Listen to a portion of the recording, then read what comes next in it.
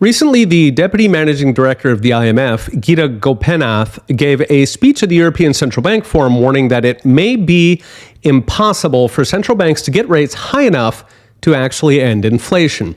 Gopinath listed three, quote, uncomfortable truths about inflation right now that have surprised central bankers who, one might note, are supposed to understand these things. Gopinath's three surprises are: one, entrenched inflation; two, weak banks; and three, potential structural decay.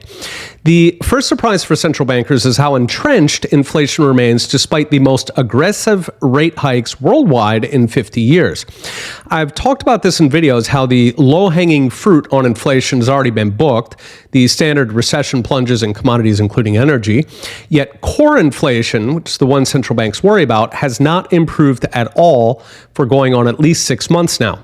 Gopinath's second big surprise is how weak commercial banks turned out to be.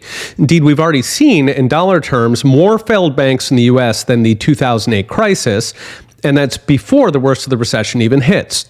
Gopinath warns that while governments so far have been mostly able to bail out interest rate hits to banks, increased borrower defaults from any recession may expand those bailouts to the point that the bailouts themselves start generating fresh inflation pressure.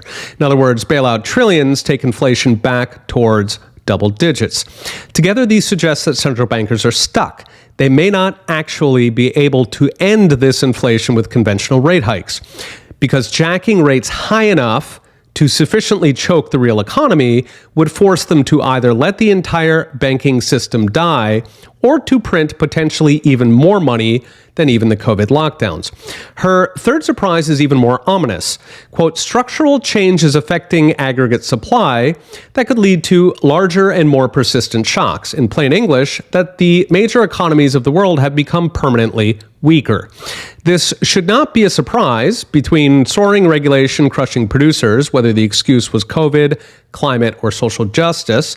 Plus, I've talked about how government stimulus and industrial policy drain resources from productive businesses while funding competitors who can afford to lose money because it's taxpayer money. Taken together, these crush the small businesses and entrepreneurs who actually grow the economy.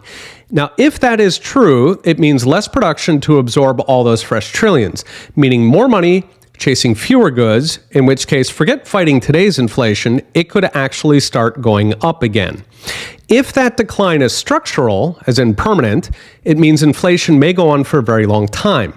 In fact, if governments crush the economy and print money as enthusiastically as they have these past 3 years, we could be looking at a significant worsening of growth, incomes, and inflation. The solution is frustratingly simple: cut government, slash regulations, mandates, and taxes that crush producers, slash government spending that drives the very inflation that makes central banks strangle the real economy with rate hikes. We are rapidly approaching a moment when the one way out of this mess is the one thing they will not do: massively downsize government. The IMF won't admit it, central bankers certainly won't admit it, but it's the only way we get out of this in one piece. Okay, we'll be watching. See you next time.